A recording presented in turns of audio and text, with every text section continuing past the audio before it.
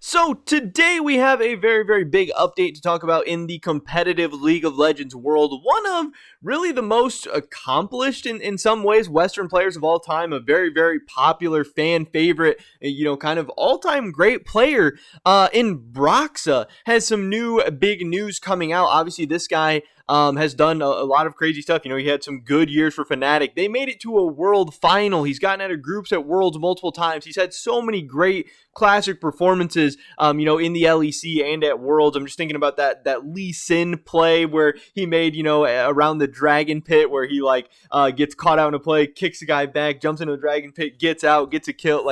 This guy was just really, really clean. He was one of the best junglers in the West, if not a world-class jungler for, a year or two. And obviously things have kind of gone downhill in a lot of ways since then. But there are still a lot of people, wondering what's going on with him. Did he end up on a team? Is he going to end up on a team? Is he going to go coaching, streaming, content creation, retiring? What is exactly going on with Broxah?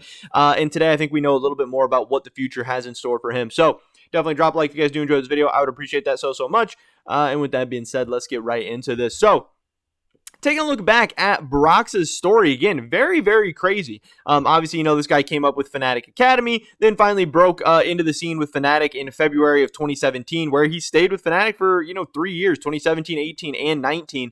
And that's really what's crazy. Think back to 2019, LEC Summer, Fnatic finishes 14-4. They finished second. They only lose to G2 3-2 in the LEC Finals. And this is, G2 that goes on to make it to the World Finals. G2 is one of the best teams in the world, and Fnatic could play with them. Broxah could play with them. He was really one of the best players in the world at that time. Broxah was an absolute monster, and I think people kind of forget that.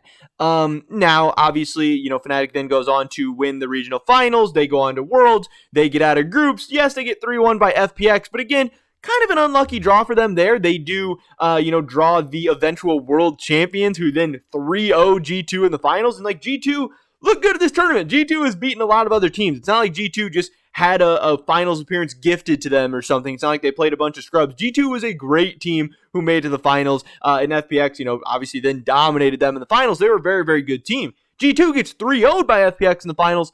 Fnatic beats them, or, loses them 3-1. They actually beat them in a game.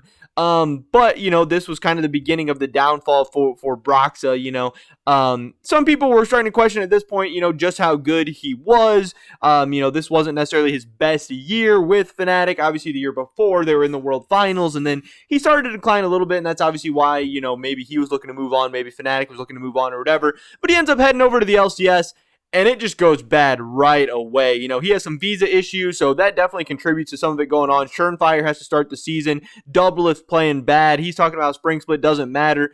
He comes over to a TL team that had been very, very good in North America, and Broxah was supposed to be the guy to take them to the next level. A TL team that has been good in the LCS, but has struggled internationally. Now they have a world finalist. They have one of the best European junglers. He's going to take them to the next level, and they finished 9th in the LCS regular season. Pretty crazy. They don't even make the playoffs. That didn't even seem like an option. Then, fast forward to 2020 summer, they go 15-3. It seems like things are back on track. Broxah, still kind of a non-factor in a lot of these games, still not playing super, super great, but at least the team was winning.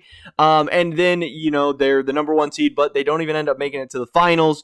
Kind of rough there at Worlds. Obviously, they don't get out of groups. That's just kind of the TL way. And then, just, 2 or 3 years removed from a world final, 2 years removed from being a beast with Fnatic, the second year into his LCS stay, he ends up on CLG, where he goes 5-13, finishes 9th in the spring, ends up 12-33, goes dead last in the entire LCS. I mean, this is crazy. In 3 of his 4 splits in North America, he's finished either 9th or 10th. Such a quick, fast, unceremonious fall from grace for Broxah, something no one really ever saw coming. But obviously that gets us to where we are today. This was the 2021 season, and we're wondering what's next for a lot of these CLG players. A lot of them ended up in really, really bad spots after being veteran names who went 10th in the LCS. But a tweet we got from Broxah, this was 6 days ago at this point, he tweeted out, "A new chapter begins. And this really, really cool picture, you got some fire, you got this big X, what's going on? He's wearing a Broxah sweatshirt.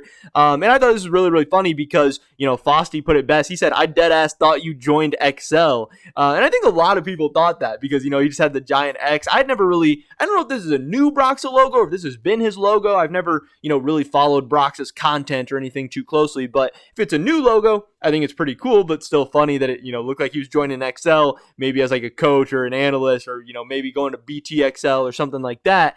But he's not, this is his own thing. And it says, the X, the Broxah logo in January, meaning we have a very, very big announcement coming soon. So again, the announcement hasn't happened yet, but we're 4 days away from January at this point. But it is safe to start assuming, he hasn't ended up on a roster. Obviously, there's been no announcement of him on any teams, whether it's ERLs, LEC, LCS Academy, anything like that. Some people are like, oh, maybe coaching staff or something like that. What's next? But again, if it was coaching staff, he wouldn't be tweeting out his own logo. He wouldn't be tweeting out his own stuff. And then also, coaching staffs and everything would have already been announced at this point as well. So it does seem like, Broxah's next step, even though he hasn't made the official announcement yet, is going to be into full-time content creation. And, historically, Broxah has obviously been a very, very big streamer, a very, very big, guy on YouTube and everything. If we look at his some of his stream stats, obviously as of late, he hasn't been streaming a ton, especially, playing competitively for the last couple of years, stuff not going so well as well. He hasn't had all the time, but he has an average of 1,700 viewers, a peak of 3,100 viewers, you can make a very, very solid income on that. I believe, between 500 and 1,000 viewers, they say you can start going full time. We're talking $40,000, $50,000 a year. So you got to think, he's 2 to 3 times bigger than that. So with an average viewership of 1,700, we're talking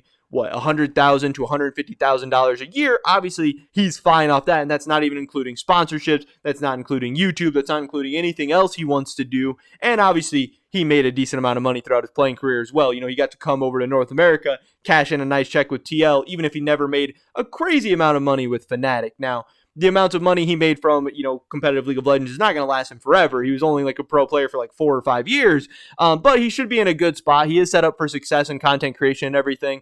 Some of his more recent streams, 2,400 viewers, 3,100, 2,200, 2,800. I don't know if this is peak concurrent, but 3,200, 2,500. I don't know why his most recent stream only got 895. I mean, he was playing League of Legends, but it does seem like, he is setting himself up for that next step of content creation. His YouTube channel hasn't been as great recently. We're talking 8,000, 5,000, 8,000, 5,000, 8,000 views. When, if you scroll back, for a while, dude, Broxah was massive. This guy was putting up 100K views per video or close to it, 60, 86, 82, 60, 86, 68, 43, 48, 48, 110. Again, this guy was one of the more popular players in the world. This guy was the Fnatic jungler, huge name, huge brand. Going from that, a world finalist Fnatic jungler to a 10th place CLG jungler, that has hurt some of his brand, that's hurt some of his, draw appeal and stuff like that. But at the end of the day, he is a very, very popular player. People like his content. People like his streams. People like his YouTube. So it's going to be very, very interesting to see how this next chapter of Broxah's career goes for him. Again, he's calling it, a new chapter beginning. I don't know if this is his official retirement from competitive League of Legends or if he's just taking a break, if he's going to be open to offers in the future.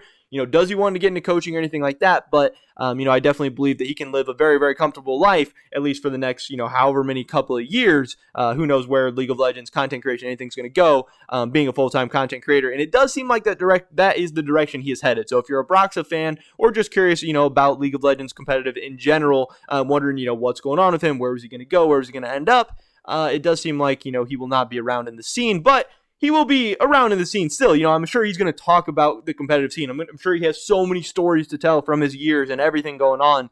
And I think that'll be very, very cool to, tune into, check out, and see how he's doing. So at least, this isn't goodbye for good or anything. He still will be around, but that is pretty cool. But definitely drop a like if you guys did enjoy this video. I would appreciate it so much. Leave a comment down below. What do you think about Broxah, making the move seemingly to full-time content creation? I think it should be pretty exciting. But I'd love to hear your guys' thoughts and opinions. Subscribe, stay up to date on all my latest content. Hope we catch you guys in the next one. But until then, peace.